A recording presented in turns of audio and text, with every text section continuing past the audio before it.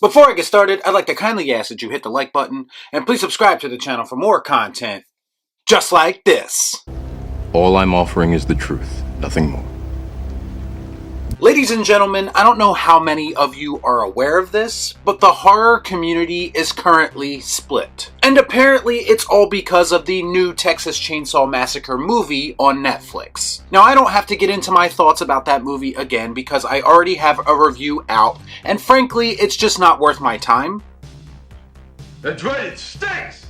But I would like to discuss a much bigger issue that is in play here in regards to this whole situation. Truth be told, this issue has been going on longer than people realize. You could say that this problem has always been there, but I would say that Halloween 2018 was the catalyst, and all the legacy sequels that followed made the issue grow from there. Do you know what that issue is that I speak of? It's the same issue that plagues superhero movies, or Star Wars movies, or pretty much anything in modern entertainment. Audiences have developed a very serious case of a lack of standards.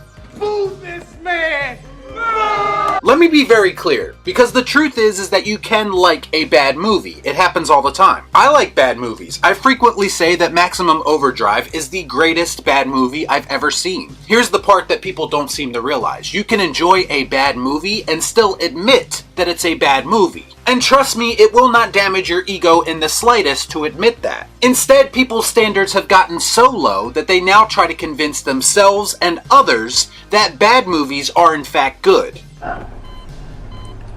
Why? They will use things like the box office numbers, or in this case streaming numbers, to justify their own low standards. Saying that Texas Chainsaw Massacre is the second highest viewed movie in Netflix history does not justify its existence. It proves that a lot of people watched it because it is easily accessible and it's on the biggest streaming platform in the world. A lot of people are going to watch a movie with a recognizable name if it's basically given to them for free.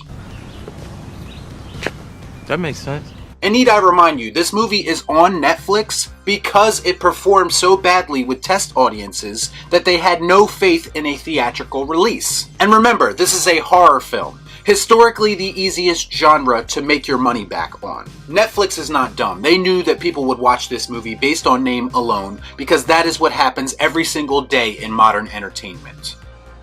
Man, I'm tired of being right. Which brings me to my next point. Just because you are a fan of a property or a genre, it doesn't mean that you have to blindly support or defend that property or genre, regardless of quality. And here's the biggest aspect to that, and the part about this that irritates me more than anything else. If someone is critical of something that they love, that's not a bad thing. And it doesn't make them any less of a horror fan just because they don't willingly accept mediocrity. Focus, Will!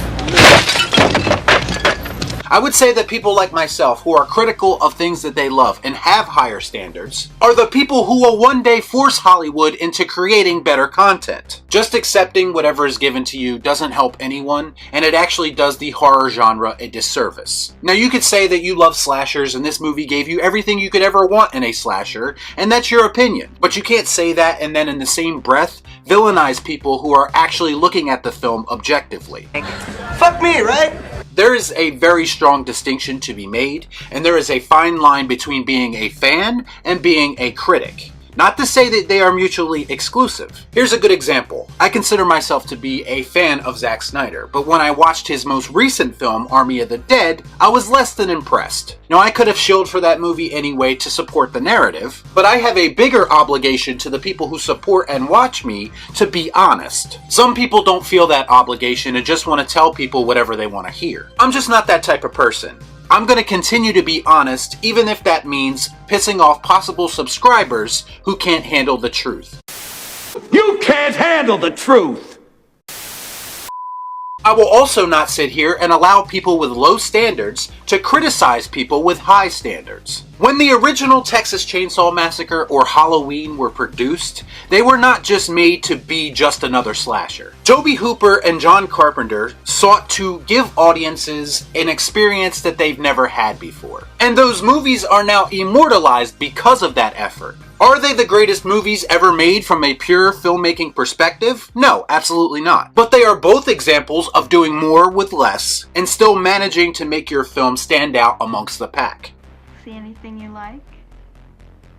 When the legacy sequel trend started with Halloween 2018 and has now moved into Texas Chainsaw Massacre 2022, I was under the impression that the whole idea behind that was to ignore inferior sequels and return the franchise to the tone of the original. If in fact that was the goal with both of these movies, as well as movies like Candyman 2021 or Scream 5, then they failed miserably at accomplishing that. None of these movies capture the tone or the quality of the originals like advertised. But for some reason they get a pass because they are a recognizable name and they are a part of the much maligned slasher genre.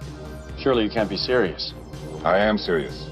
And don't call me Shirley. I love slashers just as much as the next person, and I do understand they have a very basic level of appeal. But to me, there is absolutely nothing wrong with holding new slashers to a higher standard, especially if you're trying to convince me that these films are supposed to be a return to form. I say it all the time on this channel, and I'll say it again here for this. If you love anything, whether that be Halloween, Texas Chainsaw Massacre, Scream, Candyman, or even Chucky, and Hollywood produces a film in these franchises that are below your standards, you do not have to feel any obligation to support those movies. And you should not allow shills, YouTubers, or clowns on Twitter to bully you into thinking that having standards is a bad thing. Having standards is what will lead to better movies in the future, so you have to keep fighting. I know I will. And let's get horror and entertainment in general back to a place where we can all be proud of it again.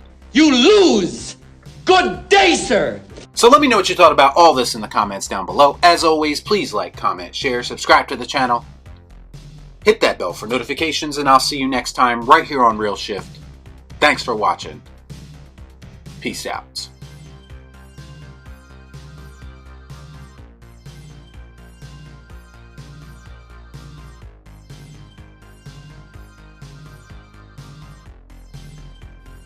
Y'all be cool.